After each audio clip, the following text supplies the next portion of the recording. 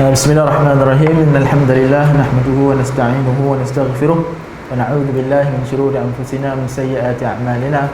May yahdihillahu fala mudilla lahu wa may yudlil fala hadiya lahu. Wa asyhadu an la ilaha illallah wa anna Muhammadan 'abduhu wa rasuluhu. Amma ba'd. Faqala Allah 'azza wa jalla fil kitabihil 'aziz ba'da a'udzu billahi minasyaitonir rajim. يا أيها الناس اتقوا ربكم الذي خلقكم من نفس واحدة وخلق منها زوجها وبث منهما رجالا كثيرا ونساء واتقوا الله الذي تساءلون به والأرحام إن الله كان عليكم رقيبا. Alhamdulillah, tuan-tuan, puan-puan muslimin dan muslimat yang dirahmati oleh Allah Azza wa Jal, setelah 3 bulan lebih kita bercuti daripada kuliah Umdatul Ahkam.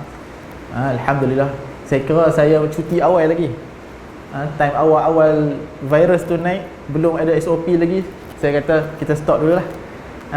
Kita ambil sunnah al-wiqayah, sunnah al-wiqayah, sunnah untuk tidak terlibat dengan virus awal-awal lagi. So saya kata tak apalah, berhenti dulu. Kita keluar SOP, memang tak boleh dah lah. Dah keluar PKP tu, memang lagi lah.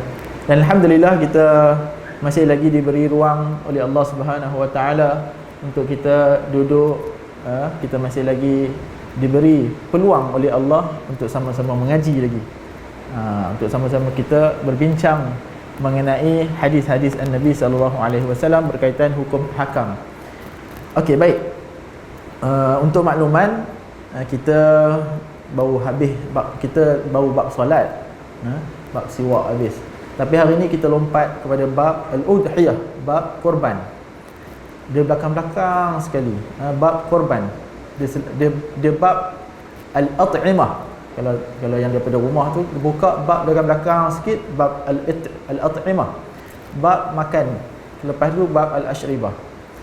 Bab al-at'imah dia ada dua bab pula bawah tu. Satu bab al-dhabihah, satu bab sembelihan. Satu bab as-sayd, bab buruan, dan juga bab sembelihan. Kemudian yang seterusnya adalah bab al-adahi, bab al-adahi, bab korban. Saya rasa sebelum ni saya nak baca dalam bab sayd sekali, bab buruan, tapi rasa takut terlebih panjang pula, tak cukup. Bab buruan tu habis kat bab buruan dia, tak sempat nak masuk bab al-adahi, bab korban. So kita langkau juga bab as-sayd, kita pergi kepada bab al-adahi. Tuan-tuan yang dimuliakan oleh Allah, dalam banyak-banyak kitab, tuan-tuan bukalah kitab Sahih al-Bukhari, tuan-tuan bukalah kitab Sahih al-Muslim, Jami' al-Tirmizi, memang bab al-udhiyah ni diletak dalam bab al-at'imah. Bab korban ni diletak dalam bab makanan. Diletak dalam bab lahlah sekali.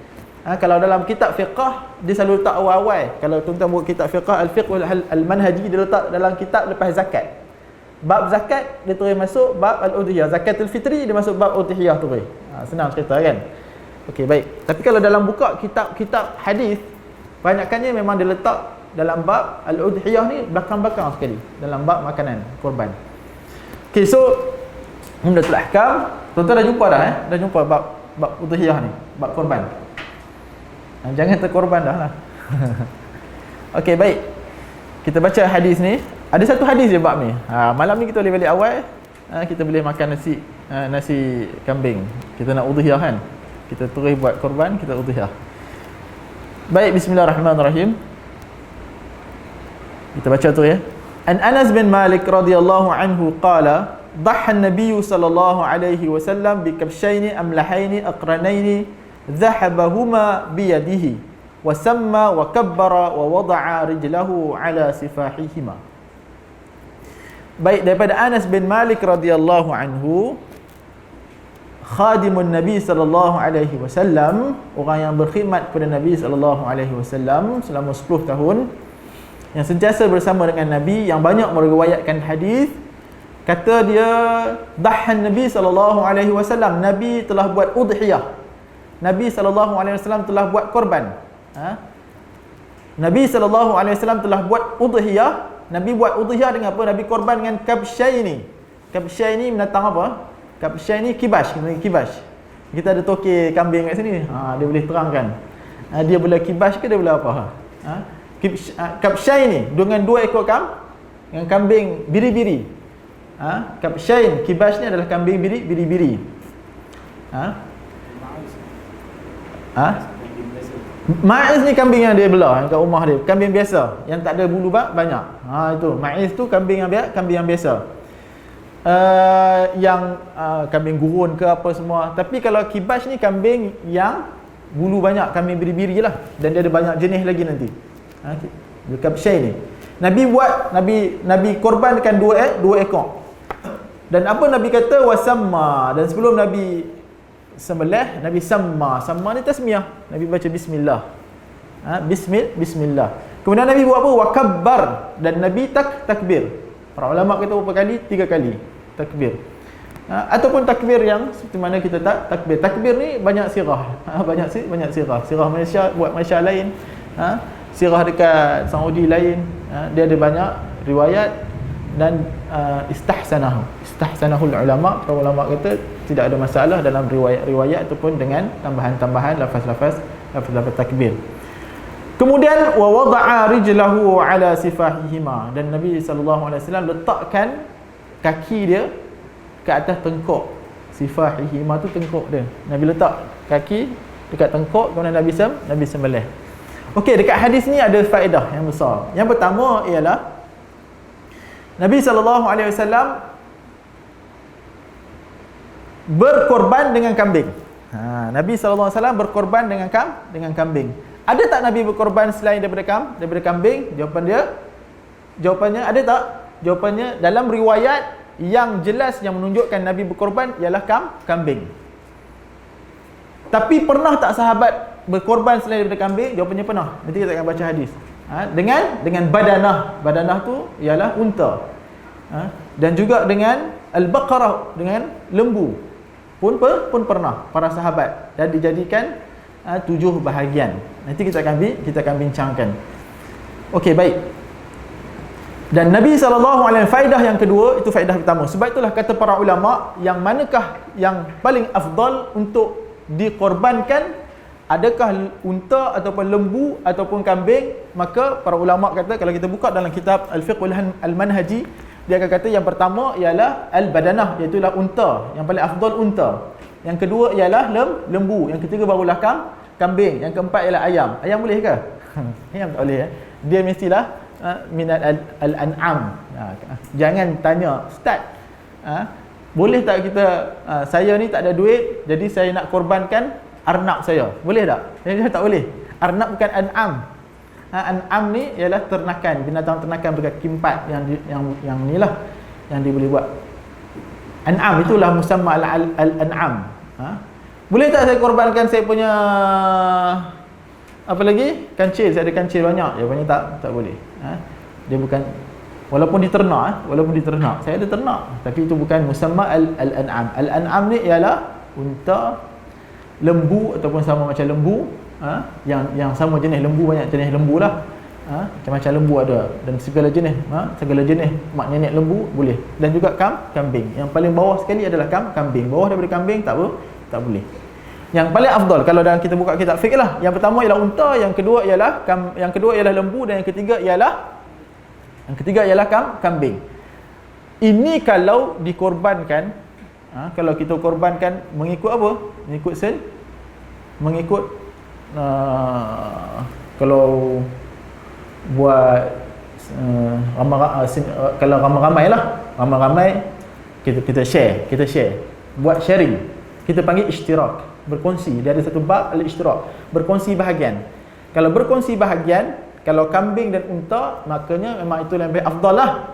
Kongsi ini dulu sebab dia lebih banyak daging dan lebih banyak manfaatnya, dan lebih banyak kita dapat edarkan kepada orang fakir dan miskin. Tapi kalau buat sendiri, maka mana yang lebih afdal? Kambing. Seperti mana yang Nabi SAW pun buat kambing. Boleh faham? Okey. Yang faedah yang ketiga ialah Nabi SAW ada sifat rahmah ke dalam haiwan. Dalam Nabi SAW nak sembelih, Apa yang Nabi buat? Nabi letak kaki dia supaya dia tak banyak bergerak. Apabila dia tak banyak bergerak, nanti senang proses menyembelih. Lagi lama proses menyembelih, maka lagilah makruh hukum dia. Dalam mazhab Syafi'i, kalau proses menyembelih tu terlampau lama, contohnya 2-3 kali sembelih kambing tu lah lari, ataupun lembu tu ataupun unta tu dia pergilah. Unta ni senang, unta ni tak ada masalah lah. Unta ni sembelih pun dia tengah berdiri. Unta ni dia tak banyak cakap, sembelih dia berdiri dan kita potong dekat bawah, paling bawah sekali tengkok dia. Memang sunatnya tu begitulah, tak payah dijatuhkan. Tak ada orang lah jatuhkan unta. Sembelihnya syap, dia pancung gitu, potong terus ni. Yang lain ni yang sunatnya jatuhkan. Kambing jatuhkan sebelah bahagian kiri menghadap kiblat. Begitu juga lah lembu, lambung kiri menghadap ke kiblat. Dan kena pegang supaya dia tak lari. Kalau dia lari, kita sembelih tak habis lagi, tak putus dua urat tu lagi. Halqum dengan urat mari dia tu, tak putus kedua-dua ni, dia lari dan dia mati bukan disebabkan putusnya urat halqum, putusnya urat ni, maka apakah hukum sembelihan tu? Hukumnya ialah tak halal dimakan. Dia diibaratkan mayat. Ibarat mayat tak sembelih. Seperti seolah-olah tak sembelih. Beza dengan buruan. Buruan ni ialah apabila kita tembak saja ataupun hantar anjing yang muallam ni, yang telah diajarkan, bila kita ataupun kita tembak saja, kita dah bismillah, kita tembak, maka kita tengok-tengok dah mati, maka hukum dia halal. Hukum dia halal ni beza dengan buruan. Buruan dengan sembelihan, hukum dia lain. Sembelihan ini maka dia kena putuskan, dia ada syarat-syarat benda semua. Okay, boleh faham? Okey lah. Ataupun sembelih lama sangat.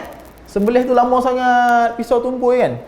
Dan dia mati sebelum habis proses menyembelih pun sama juga, hukum dia adalah mayat, tak boleh dimakan. Hukum dia mayat. Sebab itulah kena betul-betul letak kaki dan sembelih. Lagi cepat proses menyembelih, lagilah ihsan. Lagilah terbaik di dalam ni. Okey, baik.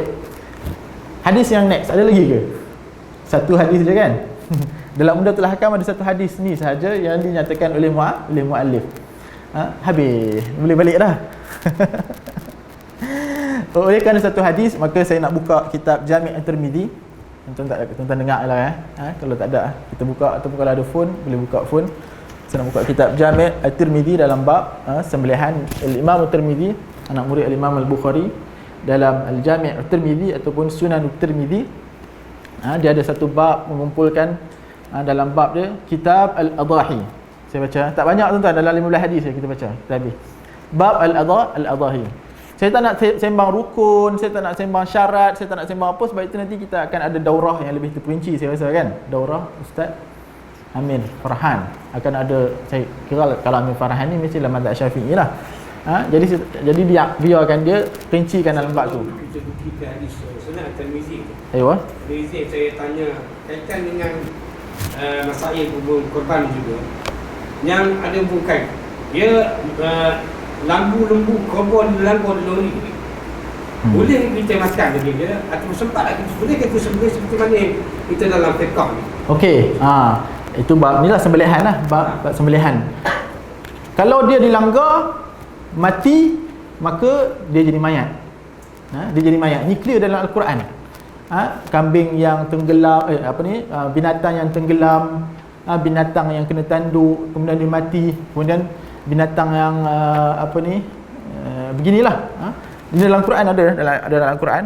Maka dia mati sebelum sempat sembelih, maka dia mayat. Tak boleh dimakan. Kita langgak, dah langgak, kalau tengok ada nyawa, kalau tengok dia masih hidup, maka sembelih, maka boleh makan. Kalau dah langgat, kita tengok dah mati. Dah mati, maka kita sembelih pun tidak ada makna. Keluar anak dah mati, macam kes Syekh Ikhwan Izwan kita, Khairi Izwan. Keluar baby, kambing, baby tu dah mati. Maknanya baby tu mati dalam perut. So dalam mazhab Syafi'i, baby itu adalah mayat, tak sempat disembelih, maka adalah mayat.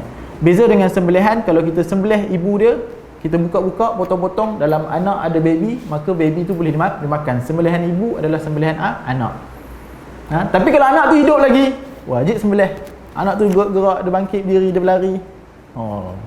Nampak sangat kartunnya kan, dia berlari kan. Maka kena sembelih. tak sembelih tak boleh. Kena sembelih kalau dia hidup. Kalau dia mati maka sembelihan itu halal. Okey, itulah jawapan dia. Berkaitan tentang Al-An'am tadi kan, contohnya zaman moden ni kita ada kacukan kan, contohnya selembu ataupun mungkin kacukan yang ada kan boleh kategori sebagai Al-An'am. Ya, bahimatul an'am. Dia termasuk. Dia termasuk.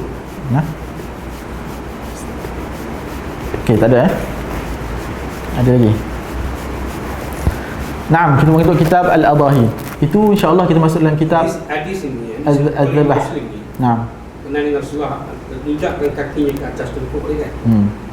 Kalau lutut Samalah lutut ataupun dia punya maqasid dia ialah supaya dia tak lari. Tuan-tuan tengok maqasid dia. Dia kat sini tak boleh pegang literal. Nanti kita akan tengok Nabi buat korban dengan kambing yang ada tompok hitam kat mata dia, ada tompok hitam dekat kaki dia, ada tompok hitam dekat mulut dia.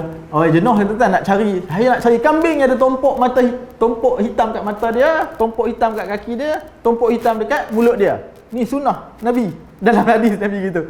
Oh, jenuh lah orang nak kena belah. Boleh naik harga kalau kambing ada tompok-tompok lagu ni. Dia ada maqasid dia. Maqasid kat sini ialah supaya kambing tu tak lari. Binatang yang kita sembelih tu dia tak lari dan memudahkan kita untuk sebab tu unta tak perlu kita nak jatuhkan, tak perlu nak pegang-pegang apa.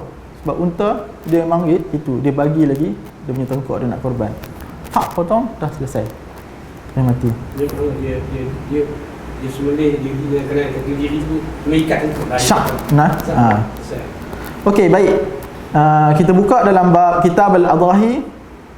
Dalam hadis dalam kitab Al-Jami' At-Tirmizi atau Sunan At-Tirmizi, dia ada susun bab yang sangat cantik yang kita akan khatamkan insya-Allah. Tak banyak pun, dalam 15 ke 18 hadis insya-Allah. Babu ma jaa fi fadli al-udhiyah. Bab yang menyatakan tentang kelebihan berkorban. Okey, baik. Daripada Aisyah radhiyallahu anhu anna Rasulullah sallallahu alaihi wasallam qala ma amila adamiyyun min amali yawman nahri ahabbu ila Allah min ihraqi ad-dami. Kata Nabi sallallahu alaihi wasallam yang diriwayatkan oleh Aisyah radhiyallahu anha, tidak ada satu amalan yang dilakukan oleh anak Adam, oleh manusia itu pada hari an-nahri, pada hari korban. Hari korban ni bila tuan-tuan? 10 Zulhijjah, kemudian 11, 12, 13. Hari 13 tu last. Kalau dah tenggelam matahari hari 13 dah tak boleh dah sembelih. Yang terbaik adalah awak selepas solat hari raya Aidil Adha, itu terbaik. Terus buat korban. Kalau tak mampu banyak sangat, sampailah 11, 12, 13 tu. Tidak ada amalan yang lebih baik, kata Nabi sallallahu alaihi wasallam, pada hari an-nahri, pada hari korban, yang mana lebih disukai oleh Allah Subhanahu wa taala min ihraqid dami, daripada menumpahkan darah, iaitu berkorban. Sesungguhnya innaha la ta'ti yaumal qiyamah biquruniha wa ash'ariha. Sesungguhnya dia akan datang pada hari kiamat dengan bulu-bulunya itu, dengan tanduknya itu. Dan kata Nabi sallallahu alaihi wasallam, wa inna dama la yaqa'u min Allah bimakanin. Sesungguhnya darah yang tumpah itu ketika kita menyembelih haiwan, dia akan sampai kepada Allah Subhanahu wa taala. La yaqa'u min Allah, dia akan sampai darah yang kita tengok tu, sembelihan tu, pahala, maksudnya pahala tu sampai kepada Allah sebelum darah tu jatuh ke bumi. Ayyaqa minal ard, sebelum dia jatuh ke bumi. Subhanallah. Hadis ni dhaif tuan-tuan. Biasa kita dengar kan. Hadis ni dhaif. Kerana ada perawi yang bernama Sulaiman bin Yazid. Kata Az-Zahabi, dia kata perawi ni adalah wahin, perawi ni adalah lemah. Tetapi hadis ni diriwayatkan oleh Al-Hakim An-Naisaburi di dalam kitab Mustadrak dia, dan Hakim dia kata sahih hadis ni. Sahih. Tetapi Al-Imam Az-Zahabi dia ta'liq, dia buat ulasan, dia kata apa? No. Dia khilaf dengan Al-Imam Al-Hakim An-Naisaburi. Dia kata ini penting, sebab kalau kita baca kitab Al-Mustadrak, kita kena baca ta'liq Al-Imam Az-Zahabi. Sebab kitab Al-Mustadrak, walaupun nama dia mengumpulkan hadis-hadis atas syarat Bukhari dan Muslim, namun kita kena faham kitab Al-Mustadrak dia tak sempat untuk dia nak tangkih, dia tak sempat, dia dah mati awal. Sebab dia buat kitab Mustadrak pun umur dia dah 70 lebih. Kemudian dia meninggal sebelum dia sempat, dia siapkan, tapi hanyalah dia tak sempat nak buat penambah baikan, nak keluar hadis-hadis. Jadi bahagian yang terawal kitab Mustadrak adalah Baik, bahagian-bahagian seterusnya ada hadis yang mungkar, ada hadis yang sangat lemah, yang tidaklah menepati syarat-syarat Sahih Bukhari dan Muslim pun. Sebab tu kita kena baca, tengok taklid, komen Al-Imam Az-Zahabi. Al-Imam Az-Zahabi kata apa? Hadis ni dhaif. Namun demikian tuan-tuan, hadis ni dhaif menurut para ulama, tetapi di dalam bab fadail al-a'mal, dalam bab fadail al-a'mal, targhib wa tarhib, boleh ke amal dengan hadis dhaif? Dia punya boleh, bukan sepakat. Majoriti ulama mengatakan boleh mengamalkan dalam bab hadis fadail al-amal dengan syarat-syaratnya, yang mana tidak boleh meyakini hadis itu adalah hadis Nabi, tak boleh yakin 100%. Yang kedua, dhaif dia tidaklah dhaif yang berat. Yang ketiga, dia bukanlah dalam bab, dia bukan dalam bab yang aslul am, dia yang darij tahta al-aslul am, dia maksudnya dia adalah dalam bab yang ada hadis dhaif, yang ada hadis sahih ataupun ada Al-Quran yang bagi tahu tentang tu. Maka datanglah targhib, datanglah ni. Okey, baik. Ini adalah hadis yang pertama. Besar ya fadilat orang yang fadilat orang yang buat korban ni. Pahala sampai dulu sebelum darah tu jatuh. Kita sembelih hak tu, ada ke paus darah tu jatuh sekejap? Dia tak ada paus, dia terus jatuh kan? Tak ada, dia terus tumpah, merecik terus. Kadang-kadang tak sempat kita duk ambil pokok pisang, Haji ambil pokok pisang, tak sempat nak tahan, pam kena muka. Tapi pahala tu sampai dulu kepada Allah Subhanahu Wa Taala. Ya. Di sana ada hadis yang saya tengok banyak orang kongsi. Kalau dalam page-page orang buat korban ni, ataupun page akikah ni, banyak orang kongsi. Jadi binatang tunggangan pada hari akhirat, betul? Yeah. Kemudian yang kedua, dia kata yang ni hadis dhaif yang berat. Jadi dhaif yang berat boleh amal tak? Dhaif yang berat boleh kita sebarkan tak? Sama, tak boleh. Yang kedua, yang ni yang saya tak jumpa, saya tak berani nak cakap, saya tak jumpa dalam kitab, dan petanda-petanda kepalsuan tu ada. Dia kata apa? Khiyaru ummati, sebaik-baik umatku, yudahuna, mereka yang buat korban. Wa syiraruhum la yudahuna, dan yang paling buruk umat aku ialah mereka yang tak buat korban. Kalaulah hadis ni memang hadisnya ada asal, ataupun hadis ni dhaif sekalipun, kita akan dapati ulama akan pakai. Tapi tak ada ulama yang pakai hadis ni nak menunjukkan kewajipan tu. Ada dalam mazhab Hanafi, wajib bagi orang yang mampu. Mazhab Hanafi kata wajib bagi berkorban, wajib sembelih bagi orang yang mampu. Sebab hadis Nabi SAW bagi tahu, barang siapa yang mampu dan dia tidak melakukan korban, maka janganlah didekati masjid kami ini. Man lahu si'atan fala yudahhi fala yuqarribanna masjiduna hadza aw kama qala. Siapa yang ada si'ah, kemampuan dalam duit tetapi dia tak mau korban, Nabi kata jangan dia dekati masjid kami. Maka Abu Hanifah pakai hadis ni, dia kata wajib bagi orang yang mampu. Majoriti ulama mengatakan sunat sahaja. Sunat muakkadah bagi yang mampu. Bagi yang tak mampu, bagaimana? Adakah soalan? Nanti kita akan masuk bab ishtirak ni, dalam bab berkongsi. Ada dalam bab ni. Okey, hadis yang seterusnya dalam bab ma jaa fi al-udhiyah bi kabshain. Hari ni dengar je lah ya. Tak apa, kita ambil ni. Bab yang menyatakan udhiyah bi kabshain. Ini yang hadis yang kita dah baca tadi. Dalam Jami' Tirmizi dia letak bab ni, dia kata bab dalam menyatakan Nabi SAW melakukan udhiyah, melakukan korban dengan 2 kambing biri-biri. Ni dah bab dalam Umdatul Ahkam. Jadi kita langkau. Yang ketiga, bab ma jaa fil udhiyah 'anil mayyit. Okey. Ni seronok ni tuan-tuan. Bab dalam melakukan korban bagi orang yang mati. Kita letak nama pakcik saya dah meninggal ataupun arwah ayah saya, kita letak nama bagi arwah ayah saya. Boleh tak? Letak nama dia untuk arwah ayah saya. Kita tak letak nama kita, tapi kita letak nama orang dah mati. Ada hadis tak? Jawapan ada hadis. Daripada Ali radhiyallahu anhu, katanya annahu kana yudahhi bi kabshaini ahaduhuma 'anil Nabi sallallahu alaihi wasallam. Ali radhiyallahu anhu kana yudahhi bi kabshain. Nabi Ali radhiyallahu anhu, dia buat korban dengan 2 ekor kambing biri-biri. Ahaduhuma 'anil Nabi. Satunya adalah khusus untuk Nabi. Ini lepas Nabi wafat lah ni. Dan satu lagi adalah untuk diri dia. Wal akharu 'an nafsihi. Faqila lahu, ditanya mengapa dia buat lagu tu. Faqala amarani bihi, Nabi sallallahu alaihi wasallam telah memerintahkan aku, fala ad'uhu abadan, dan aku takkan tinggalkannya selama-lamanya. Okey. So kat sini boleh tak? Lepas ni pakat korban, kita niatkan untuk bukan setakat orang yang meninggal, arwah mak kita, arwah pak kita, tetapi saya niatkan untuk Nabi. Saya niatkan untuk Nabi. Boleh ke? Jawapannya tak boleh. Pasal apa tak boleh? Hadis ni dhaif. Kena ingat. Hadis ni adalah hadis yang dhaif. Dan kata Imam Tirmizi selepas mendatangkan hadza hadisun gharibun la na'rifuhu illa min hadis syarif. Hadis ni adalah hadis yang gharib. Kalau Imam Tirmizi kata macam ni, hadza hadisun gharibun la na'rifuhu illa min fulan wa fulan, itu petanda Imam Tirmizi nak kata hadis ni dhaif. Hadis ni adalah hadis dhaif. Hadis yang dhaif tidak kami ketahui melalui jalan syarif, satu orang perawi. Maka hadis dhaif. Adakah ini dalam bab fadail amal? No, ini bukan bab fadail amal, ni bab hukum hakam. Boleh tak kita buat untuk orang yang dah mati? Okey. Boleh faham jawapannya, kalau buat untuk khusus untuk orang yang mati dalam mazhab Syafi'i, dalam mazhab Syafi'i, la yasih, tak boleh. Wa anna laysa lil insan illa ma sa'a, kata dalam al-Quran. Sesungguhnya manusia itu tidak akan dapat pahala ataupun dapat dosa melainkan apa yang dia usahakan. Ini dalam mazhab Syafi'i, al-mu'tamad dalam mazhab Syafi'i. Ada ashabus Syafi'i kata boleh. Majoriti kata boleh. Majoriti kita boleh untuk buat untuk si mati. Tapi bukan based on hadis ni. Ada hadis lain kita akan bincang.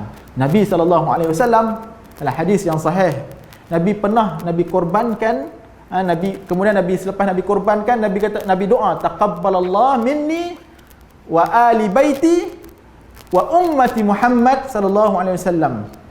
Moga Allah terima korban ini dan untuk ahli aku dan juga umat Nabi Muhammad sallallahu alaihi wasallam. Allahu akbar. Allati lam yudhi, yang mana mereka tak buat korban. Nabi doakan untuk umat dia sendiri. Nabi doakan untuk umat dia sendiri. Okey, tetapi yang menjadi masalah ialah bila kita buat khusus untuk si fulan, untuk satu orang mati tu. Ini jadi masalah. Kalau kita niatkan untuk keluarga aku, sama ada termasuk yang mati ataupun yang tak mati, maka ini tidak ada masalah. Niatkan pahala, bukan kongsi nama. Kongsi nama tak boleh. Ustaz, saya tak ada duit banyak, jadi saya kongsikan saya dengan adik saya seekor kambing, dua nama. Boleh tak? Saya top up 300, adik saya top up 300. Boleh ke tak? Jangan mana tak boleh. Kalaulah boleh, akan mendahului kita ni sahabat Nabi sallallahu alaihi wasallam. Mereka adalah orang yang paling nak buat amal kebajikan. Tapi oleh kerana ada orang miskin pada zaman Nabi, ada tak riwayat yang mereka kongsi satu ekor kambing, dua nama? Jawapannya tak ada. Maka dalam bab al-ibadah dia tawakuf sehingga adanya datang dalil. Maka jawapannya ijma', dinukilkan ijma' sepakat bahawasanya kambing tak boleh untuk dua nama. Ataupun satu bahagian unta, satu bahagian lembu tak boleh letak dua nama. Jadi ustaz, macam mana? Saya tak ada banyak duit, saya nak buat juga dengan abang atau adik saya. Kena letak satu nama, abang atau adik niatkan untuk dia hadiah. Contohnya saya bagi ni 300 top up hadiah. Buatlah apa yang kamu suka. Kalau hadiah ni buatlah apa yang kamu suka kan. Tapi okey, saya nak buat, kalau saya nak buat korban, okeylah. Lantaklah dia kata hadiah, aku tak buat korban, aku buat beli benda lain. Beli handphone baru keluar, iPhone 6. Dia boleh marah tak? Tak boleh marah dah, dia kata dia niatkan hadiah. Kurang ajar punya adik, aku bagi untuk buat korban, dia buat. Dah kamu kata hadiah. Tapi itulah hukum dia. Hadiah. Maka bolehlah. Tapi kalau beli dua nama untuk memiliki satu ni, maka tak boleh. Kalau dia bagi hadiah, dia tasarrafu ma syaa. Dia boleh nak tasarraf apa-apa yang dia suka. Kalau dia tasarraf untuk korban, maka kemudian tetapi bila dia korban, dia niatkan untuk ramai orang, maka dibolehkan. Okey. Kalau ada soalan tuan-tuan catat ya. Ni bab ni Ini bab ialah untuk mayat. Jawapannya khulasah dia boleh tak untuk Nabi, kita buat korban untuk Nabi? Jawapannya tak boleh. Ada sebahagian yang memang buat sebahagian orang yang memang dikorbankan untuk Nabi. Dikorbankan untuk Nabi pakai hadis ni. Jawapannya tak. Hadis ni tak boleh. Bab ma jaa ma yustahabbu min al-adahi, bab dalam menyatakan apa yang mustahab, apa yang sunat pada binatang korban. Daripada Abi Sa'id Al-Khudri katanya, dah Rasulullah sallallahu alaihi wasallam bi kabshin aqran fahil. Nabi sallallahu alaihi wasallam telah buat korban dengan kibash. Dalam banyak hadis semua Nabi akan korban dengan kibash. Aqran yang ada punya tanduk yang fahil, sempurna tubuh badannya, gemuk yakulu fi sawadin, ni saya kata tadi ni, yang mana pada mulut dia ada tumpuk hitam, kemudian wa yamshi fi sawadin, kemudian pada kaki dia juga ada tumpuk hitam, wa yanzuru fi sawadin, kemudian dia pun melihat ada tanda hitam, mata dia pun ada tanda hitam. Ustaz, saya nak cari jugalah kambing yang lagu ni. Jawapannya ini bukan rasul yang menyatakan ini bukan rasul sunnah. Sama macam kes Nabi kahwin dengan Aisyah radhiyallahu dengan Khadijah radhiyallahu anha, sedangkan umur Nabi 25. Saya nak kahwin juga umur saya 25. Adakah ini kita panggil sunnahnya memang kena ikut tarikh tu, semua waktu tu? Rupanya kita katakan tidak. Okay, next hadis dia, bab ma la yajuzu anil minal adahi, bab yang tidak dibolehkan daripada udhiyah. Bab yang tidak dibolehkan kambing ataupun binatang-binatang yang tidak dibolehkan udhiyah. Kata Nabi SAW daripada Barra bin Azib rafa'ahu, dengan memarfu'kan, mengangkat kepada Nabi SAW. Nabi kata apa? La yudahu bil arja bayyin. Nabi SAW beritahu apa? Tidaklah boleh untuk buat korban arja, bi al arja, dengan binatang yang cacat, yang jelas, bayyin, binatang yang cacat jelas. Wala bil aura'i bayyin auruha, yang mana contohnya al aura' ni dia buta mata sebelah dia, yang jelas-jelas buta. Jelas-jelas buta. Kalau kita pun tengok macam buta, macam tak buta. Kenapa sebelah warna mata dia lain macam warna dia biru? Kenapa ni? Maka tidak ada masalah. Ini jelas-jelas buta. Wala bil maridah bayyin mardaha, dan dia jelas sakit dia. Nampak terbatuk-batuk, nampak termuntah-muntah, atau kambing ni kena corona ke? Kambing ni kena corona ke? Tengok jelas sampai kurui badan dia, sampai tak larat nak makan, jelas memang jelas sakit, ataupun tumbuh kudis kat badan dia yang jelas-jelas nampak sakit, maka tak boleh untuk dibuat korban. Kalau sekadar batuk-batuk je kambing 2-3 kali batuk, Ustaz. Tu tengok tak batuk dah ni. Tengok Ustaz duduk, lepas tu sihat balik, dia duduk tu gamaknya dia rindu ke kat family dia. Dah ambil awal kan kambing. Memang sunatnya ambil awal, letak dekat tempat yang tak sembelih, nak syiar. Rindu tak lalu nak makan, lepas sehari lalu balik makan. Gamaknya dia rindu dekat pakwa dia kot, ataupun dekat makwa dia. Itu tidak ada masalah. Itu tak bayyin. Wala bil ajfa'il lati la tunqa, kurui kering nampak tulang. Al ajfa' yang kurui kering nampak tulang, yang tak ada daging. Salah jugalah. Sembelih-sembelih lagi, alah tulang dia, lagu mana nak bagi? Tulang dia. Ni pun tak boleh. Okey, baik, seterusnya bab ma yukrahu minal adahi, bab yang mana dimakruhkan. Kalau ini tak boleh, yang kata tadi, bab tadi yang jenis 4 benda yang disebutkan ini tak boleh, tak sah untuk dibuat dengan. Yang ni bab makruh pula. Makruhnya kata Ali bin Abi Talib, kalau kenakan dari yang muslim ni, ada cacat telinga dia. Haji ada bab dia, bab ma yukrah ni. Ni bab hadis dia. Jawapan dia, Haji ni dia advance, dia boleh nampak bab tu mari dulu. Hadis tu susun. Maknanya Haji punya pemikiran ni macam Imam Tirmizi dah. Haji Hashim dia. Imam Tirmizi letak bab ni, dia nampak dulu. Okey. Beres itulah. Terpuji tu. Lepas ni boleh lah kot duit lebih sikit lah. Kopi lah. Okey. Bab ma yukrahu minal adahi, bab yang makruh dalam udhiyah. Daripada Ali bin Abi Talib qala amarana Rasulullah sallallahu alaihi wasallam an nastashrif al-ain wal udhun. Nabi sallallahu alaihi wasallam memerintahkan kami untuk nastashrifa. Istishraf ni, nastashrifa ni periksa dengan teliti. Periksa apa? Telinga dengan al-ain wal udhun, mata dengan telinga. Wa alla yudhahi bi muqabalatin, dan tidaklah buat korban binatang yang telinga dia terkoyak depan, ataupun bi al-mudabaratin, terkoyak belakang, ataupun wala asyarqa, ataupun ada terbelah telinga, tinggal separuh je telinga dia, ataupun wala al-kharqa, ataupun berlubang besar. Kalau berlubang sikit tindik tu masalah. Berlubang besar, mu pakai jenis tindik apa ni, berlubang besar macam orang yang dekat Sarawak ke apa Sabah tu kan. So okey, maka kalau ada macam ni, apakah hukum dia? Sah, tetapi makruh. Sah, haiwan tu dibolehkan untuk korban, tapi makruh. Makruh. Boleh faham? Okey, baik. Kalau tanduk patah, tak ada masalah, boleh. Ada bab dia. Bab yang lain, bab ma jaa fi al-jaza'i min ad-da'ni fil adahi. Bab dalam menyatakan ni umur berapa nak kena sembelih ni. Ad-da'ni ni kambing biri-biri juga.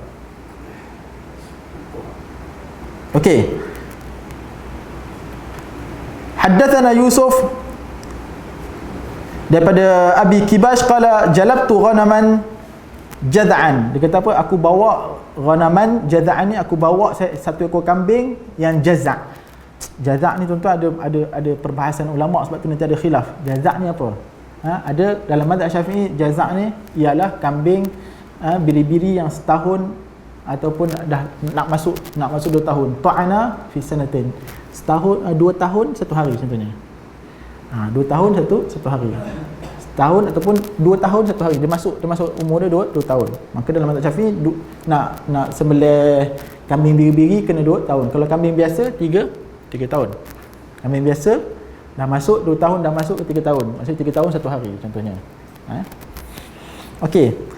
Ada sebahagian mazhab kata 6 bulan. Jazak ni adalah kambing yang 6 bulan. 6 bulan ke atas, 6 bulan ke 8 bulan. Ada sebahagian tu ikhtilaf pada maksud jaza'in.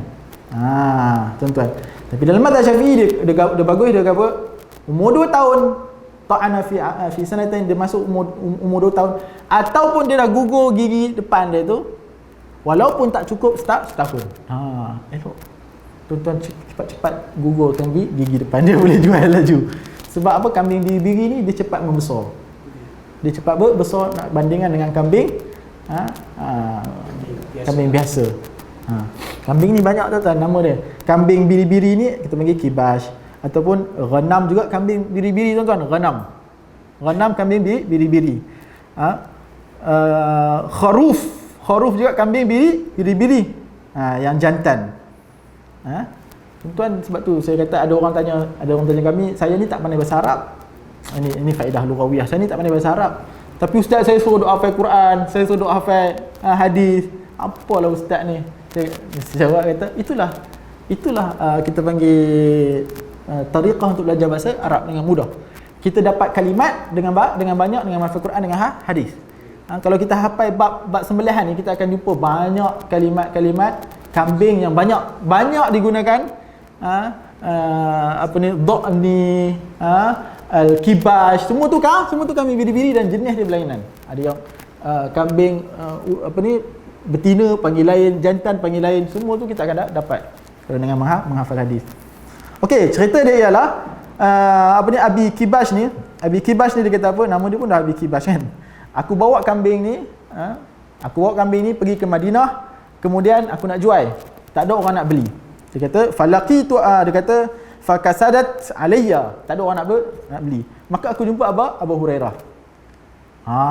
Abu Hurairah kata apa?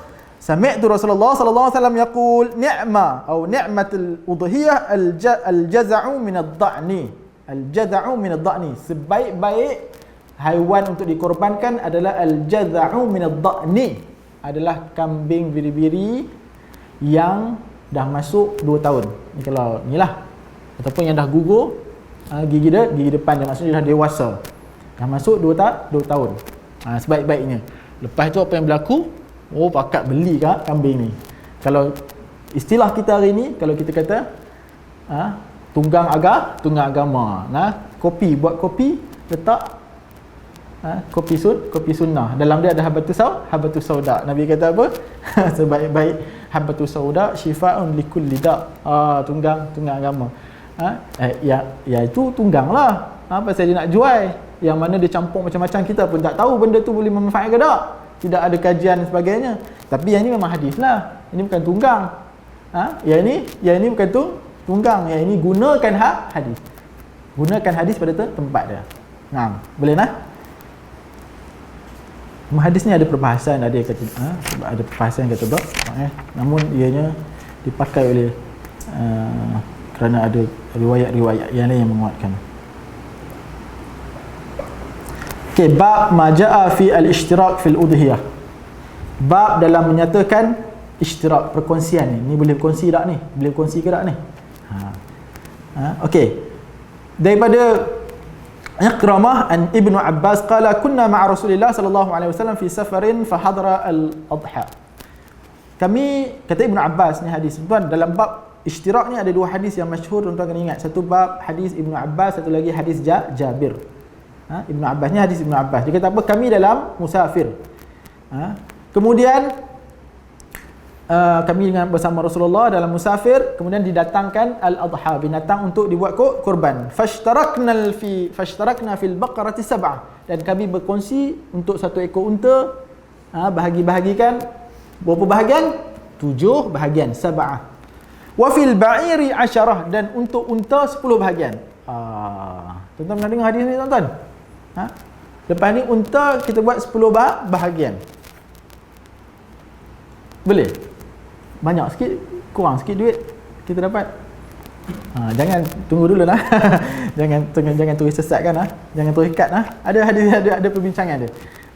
Ada perbincangan dia. Hadis sahih, tuan-tuan. Hadis ni sahih. Okey, hadis yang kedua. Sebelum kita syarahkan hadis yang kedua. Dan Al-Imam Tirmizi datangkan hadis Al-Jabir. Tengok hadis Jabir kata apa? Daripada Jabir, qala naharna ma'a Rasulillah sallallahu alaihi wasallam bil Hudaybiyah. Kami telah nahar, kami telah buat korban, buat sembelihan pada hari Hudaybiyah. Al-badanah an sab'ati wal baqarah an sab'ati. Unta pun 7 bahagian, lembu pun 7 bahagian. Habis tu hadis mana nak pakai? Hadis yang kata 10 ke hadis yang kata 7? Dua-dua hadis sahih. Sebab itu hadis ni kita panggil dia termasuk dalam mushkilu al-athar, muskil al-hadis. Tapi yang belajar hadis dari satu bab nama dia muskil. Hadis yang muskil, hadis yang sama-sama sahih. Satu riwayat kata lagu ni, satu riwayat kata lagu ni. Macam ni kita panggil riwayat ni mana yang kita nak pakai? 10 ke untuk bahagian? 10 bahagian ke 7 bahagian? Maka para ulama ada dua pandangan dalam bab ni. Yang pertama dia menyatakan bahawasanya ada yang kata 10 pun boleh. Ada yang kata unta 10 bahagian pun boleh. Namun yang dikatakan oleh kesepakatan ataupun majoriti kata unta ke lembu ke semuanya adalah 7 bahagian. Semua 7 bahagian. Habis tu yang ni kata 10 bahagian, maka ada dua ulama. Satu yang try untuk gabungkan hadis ni, harmonikan hadis ni. Depa kata apa?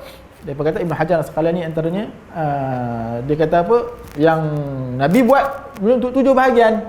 Kemudian ada yang lebih ni, sebahagiannya untuk 10 bahagian tak cukup. Ada aridun, ada satu timbul isu. Tak cukup lagi ni, maka buat jadilah 10 bahagian. Tapi asalnya 7 bahagian juga. Asalnya 7 bahagian. Yang kedua itulah yang di Imam Syafi'i pegang, dia kata apa? Hadis yang lebih kuat ini kita panggil maslakut tarjih. Dia pun merojihkan. Bila kata rojih, maka dia ihmal ahada al-adillain. Dia akan buang salah satu dalil. Ini kita panggil kaedah tarjih.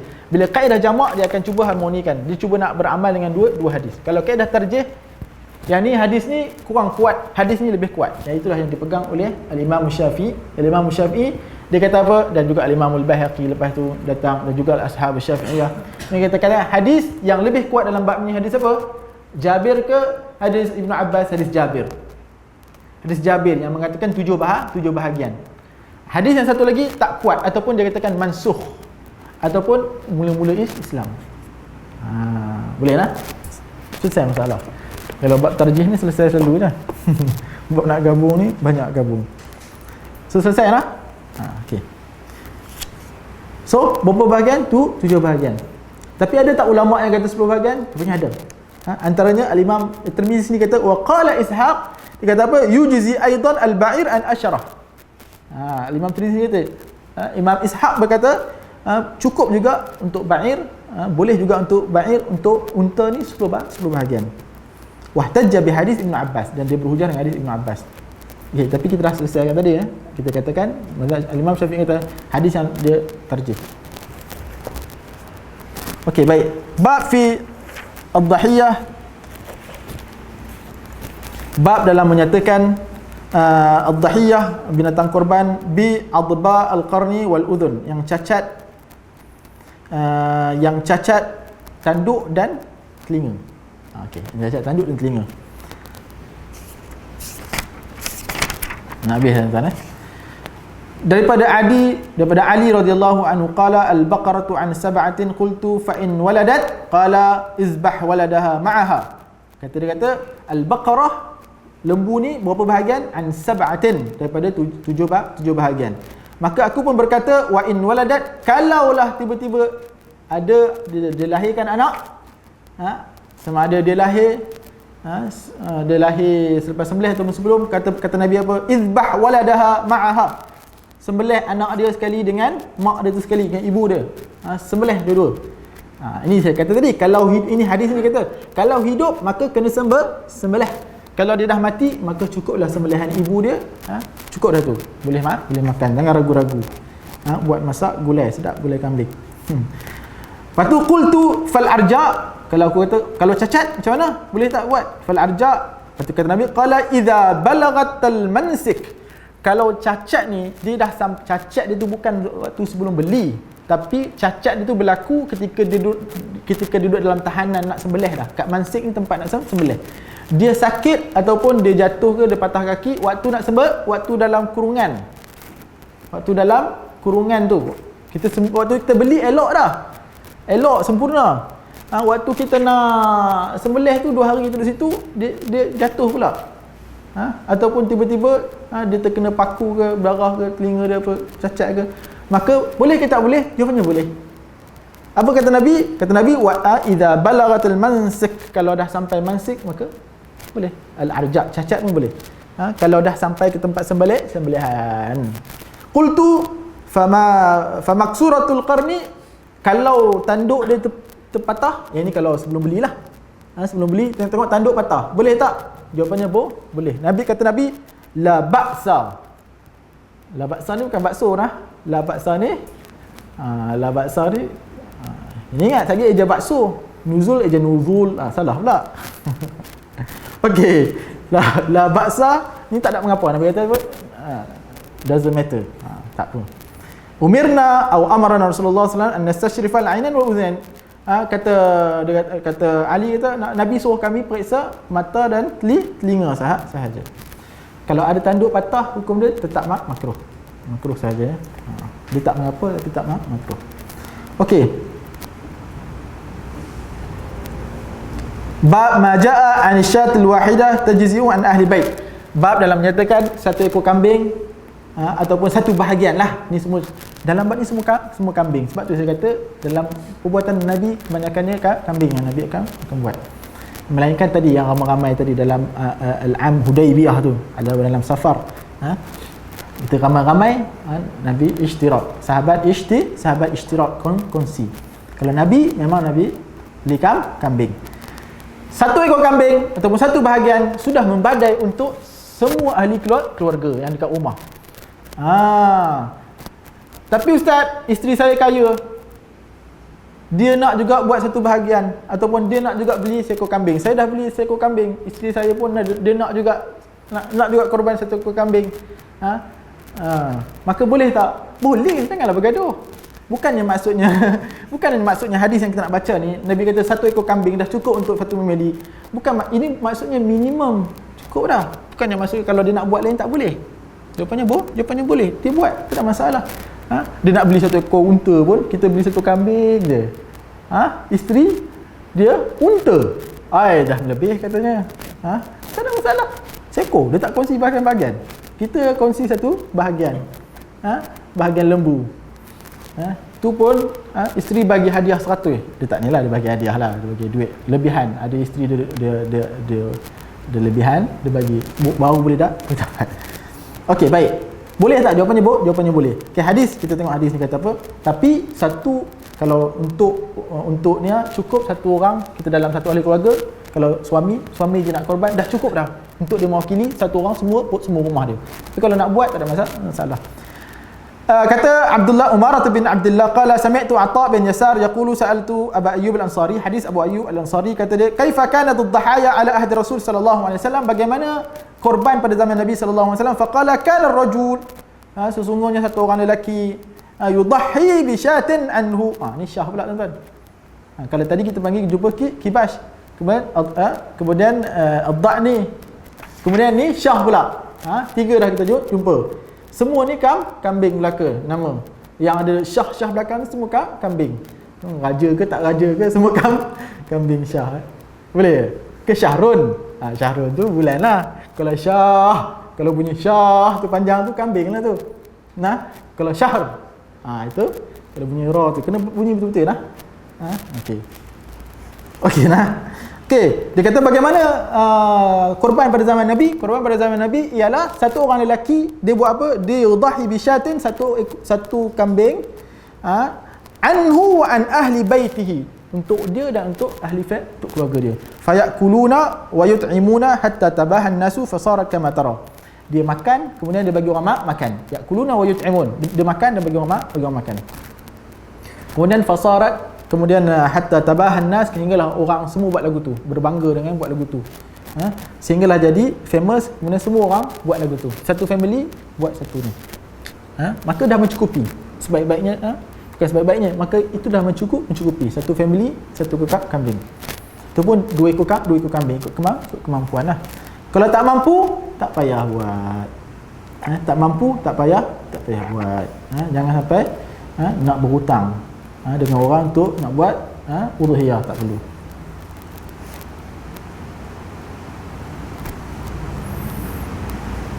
Okey, baik. Hadis ini juga menunjukkan faedah dia ialah satu ekor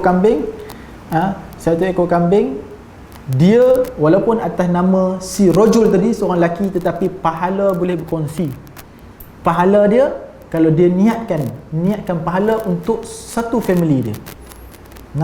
Yang nak buat korban, ni walaupun dia nama dia dah letak nama ke nak buat sendiri, lagi bagus beli sendiri je.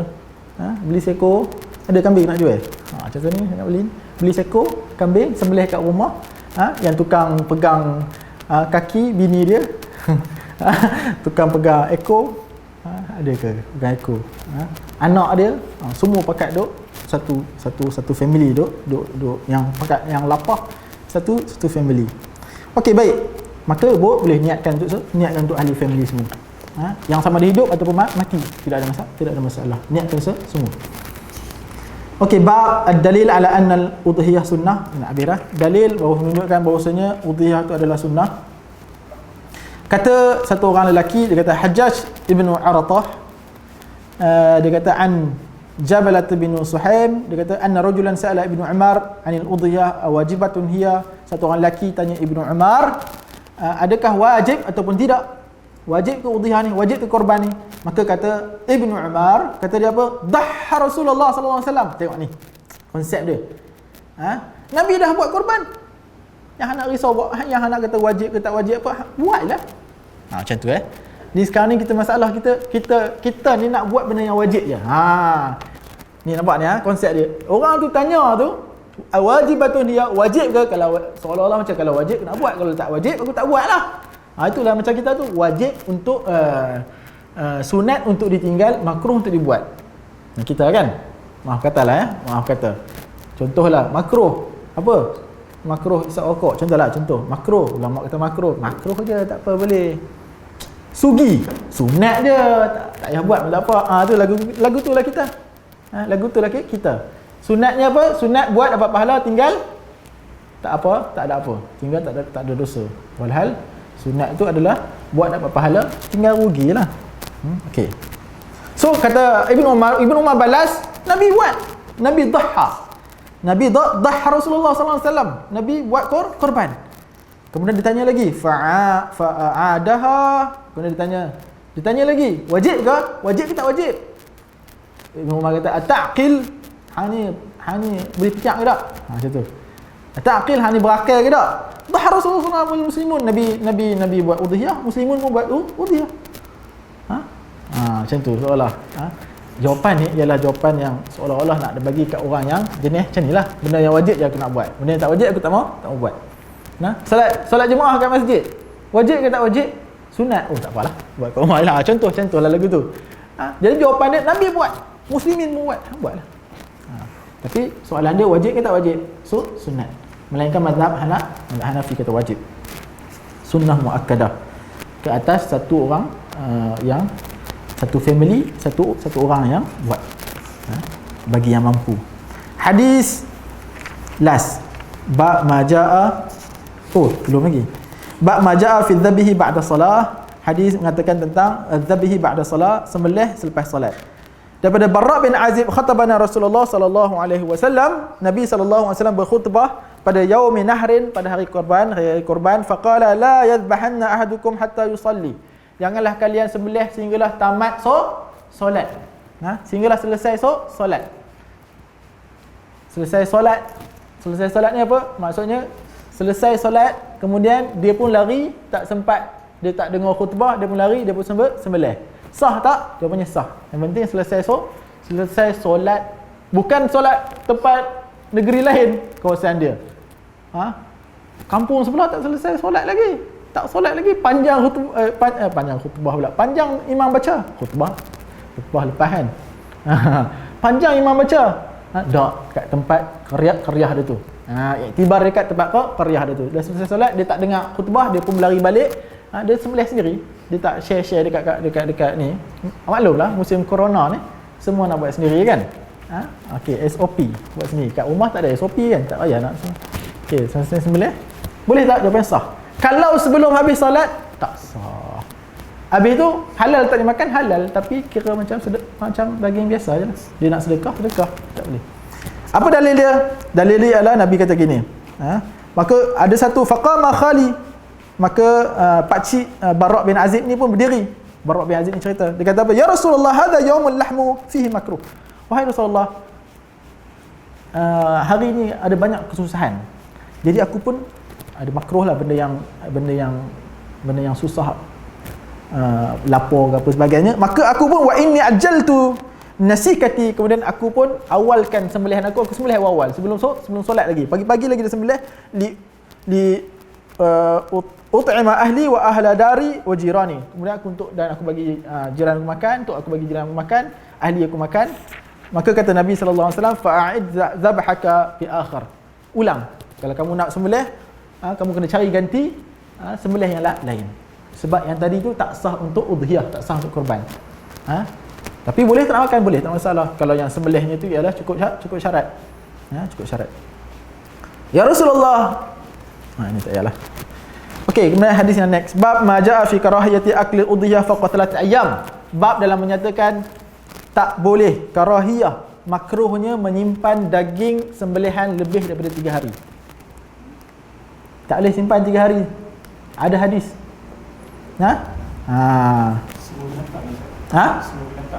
Semua binatang.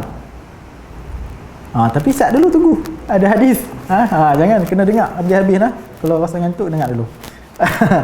Bab dia lagu ni bab karahiyah. Hadis dia ada tak hadis? La, kata Nabi SAW, hadis sahih. Kata Nabi SAW, la ya'kulu ahadukum min lahmi udhiyati fawqa 3 ayyam. Janganlah kalian makan daging yang telah dibuat korban lebih daripada 3 hari. Fawqa 3 ayyam, lebih 3 hari. Maksudnya kalau ada lebih tu, agak-agak tak lebih, kena bagi orang. Kena bagi orang, tak boleh lebih makan 3 hari. 3 hari saja boleh simpan. Agak-agak lebih, banyak sangat orang bagi, kena bagi kat orang lain. Haji ada nak tambah? Oh, tak ada. Saya baru nak masukkan pemikiran haji dekat ni.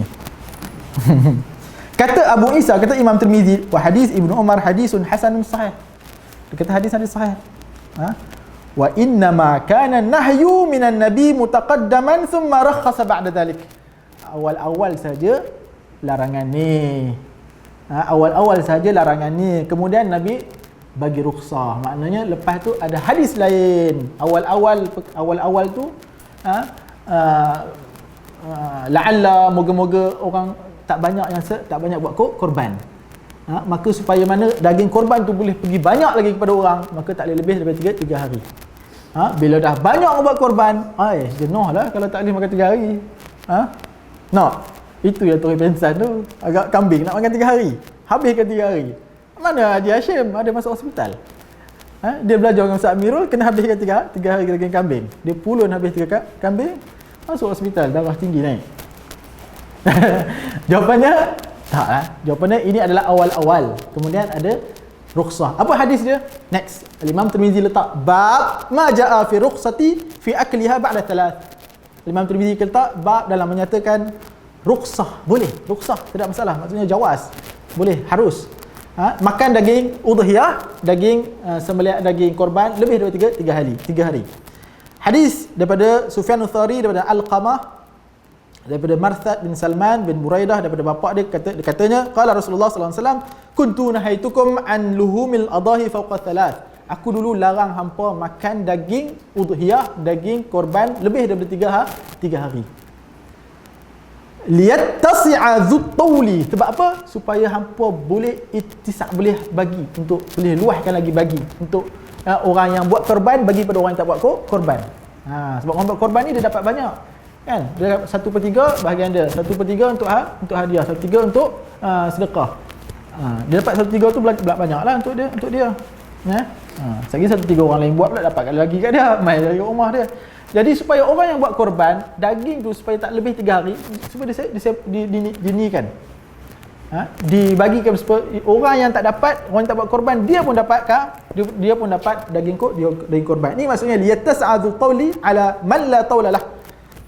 Fakulu ma bada lakum wa at'imu waddakhiru. Makanlah even dah lepas 3 hari, wa at'imu, dan bagi makanlah, waddakhiru, dan simpanlah sampai 3 bulan pun tak ada masalah.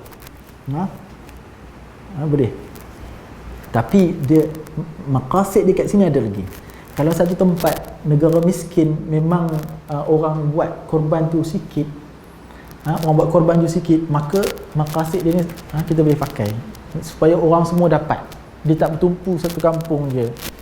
Maka dia lebih untuk bagi lagi banyak. Tu dia pilih maqasid dia. Kenapa awal-awal dia lagi tu? Boleh faham. Hadis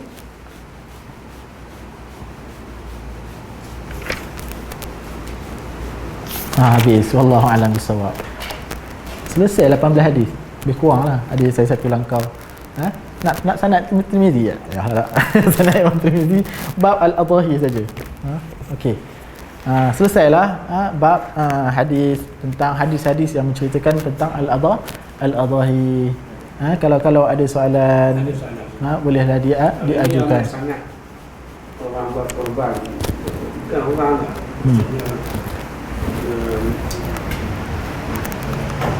dia mengumpul kawan-kawan memanjangkan maklumat ini untuk supaya rajin berkorban atau mau berkorban di luar negara. Tak alasan orangnya di luar negara itu seperti di Myanmar, di Palestin dan sebagainya lah. Yang miskin, yang susah dapat daging, yang susah kan.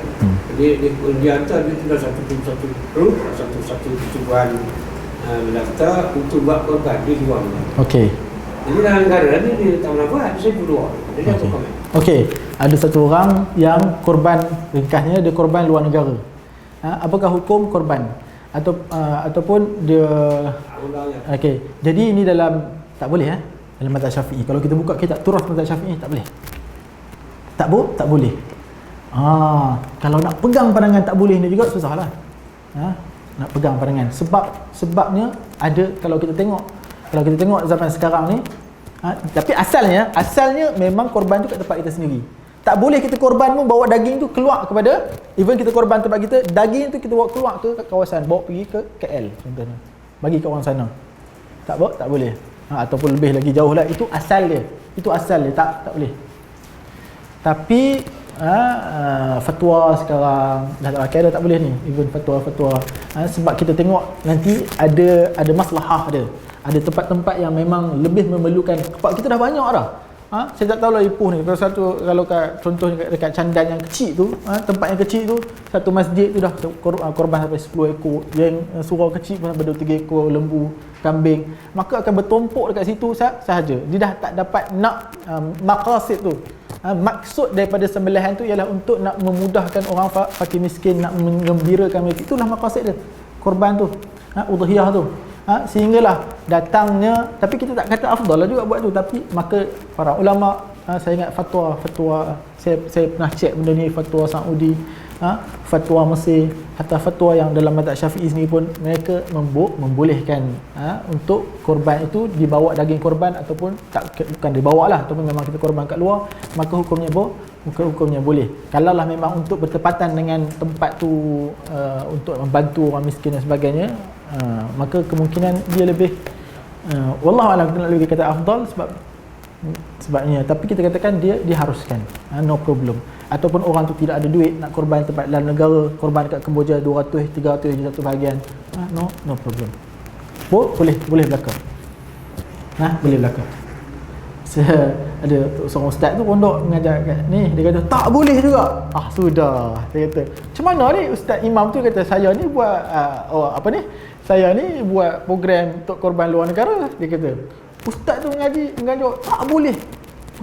Memanglah dalam kitab pondok kan, memang kitab, kalau kita buat kitab Syafi'i memang kata tak boleh, haram bawa luar negara, buat luar kawasan, haram bawa daging keluar kawasan, haram. Ustaz kata saya ni macam tak lah, tak. Kalau zaman dulu tu mungkin lah macam kes yang ni juga ni, masuk dalam kes yang simpan ni juga, boleh dikiaskan. Soalan WhatsApp. Ada 2 kes, satu kes sembelih, satu orang betul, satu lagi 90%. Yang kedua kesnya disembelih, dia ingat dua-dua putus, rupanya satu tu lemah. Apa status datang tu, dan kalau kata dia perasan, boleh tak disambung lagi ketika datang tu masih lagi dulu tu? Okey, ada satu kepercayaan dalam orang Melayu, kalau dah angkat pisau letak balik tak boleh dah. mana punya pandangan tak tahulah. Jawapannya makruh saja. Tapi kalau dia mati dah, tak sempat habis putui, dia ada putih halqumnya, urat nyawa dengan urat makanan. Urat nyawa dengan urat makan yang salurkan makan tu. Putih dua ni sah.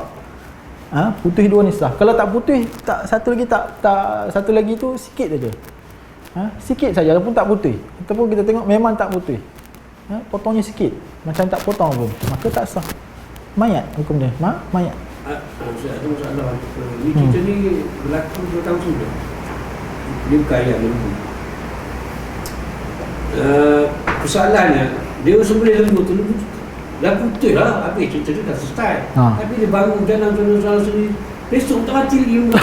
Atau macam tu. Ajib. Tak ada masalah. Tahu ada. Dia panjang dia punya nyawa dia. Kuat. Benarlah. Dia makan tongkat Ali ke mana? Putus syarat dia ialah putus selesai. Dia mati lepas sebulan ke boleh makan. Tu cerita lain, putus. Yang masalah kalau tak putus, tiba-tiba dia lari kemudian dia mati ataupun dia lari laju sangat. Kita nak sembelih tu dia lari tak sempat nak kejar, mati, kita tengok mati, maka tak boleh. Beza dengan dia lari dulu, kemudian kita kejar-kejar tak dapat, lepas tu kita ambil senapang, susah sangatlah, kita tembak dia. Boleh tak? Boleh. Dia kat situ hukum dia hukum haiwan liar. Ada hadis dalam bab zabihah juga. Hukum dia adalah hukum haiwan liar. Walaupun dia haiwan ternakan, elok-elok je, dia tu jinak, duduk usap kepala. Faham pula dia main nak sembelih, dia pergi lari jenuh nak kejar, kita pun ambil tembak ataupun ambil kayu cucuk ke apa semua, dan dia mati bukan dengan sembelih. Maka boleh, hukum tu boleh. Pernah berlaku zaman Nabi. unta lari, depa pun cucuk saja. Jadi lembu yang masih hidup lagi, tak berapa putus marah. Syarat yang dibunuh ni, tapi dia tak mati. Dia dikira dia atau korban atau macam mana lagi? Korban lah. Korban lah. Tak dapat makan pada tu. La yukallifullah nafsan wus'aha, takkanlah kita nak menentukan mati hidup dia kan. Macam mana? Okey. Putih kepala. Potong putih kepala tu makruh di sisi mazhab Syafi'i. Potong putih kepala tu tapi agak gamaknya dah tak pandai potong. Baik tu potong putih kepala. Agak gamak-gamaknya takut kan. Ada. Potong. Boleh saja. Dia korban putih kepala. Mazhab Syafi'i makruh. Tapi sebenarnya la dalilu ala dhalik. Tak ada dalil makruh. Tak ada masalah. Tapi makruhnya tu istinbatnya daripada benda tu nampak macam tak ihsan pada innallaha amara ayuh sinah kan, apabila Allah tu memerintah kita untuk apabila sembelih untuk buat ihsan kepada binatang tu. Banyak sunnah-sunnahnya lagi dan banyak rukun-rukunnya, tuan-tuan boleh nanti insya-Allah dekat daurah dan boleh tanya dan boleh ni insya-Allah. Ini sekadar yang ada dalam hadis Imam Tirmizi yang saya rasa dah cukup banyak dah cukup dia selesaikan banyak isu yang dikumpulkan dalam Jami' Tirmizi ni. Yang mana saya terpaksa lah tambah daripada kitab Jami' Tirmizi sebab hadis Umdatul Ahkam hanya satu hadis.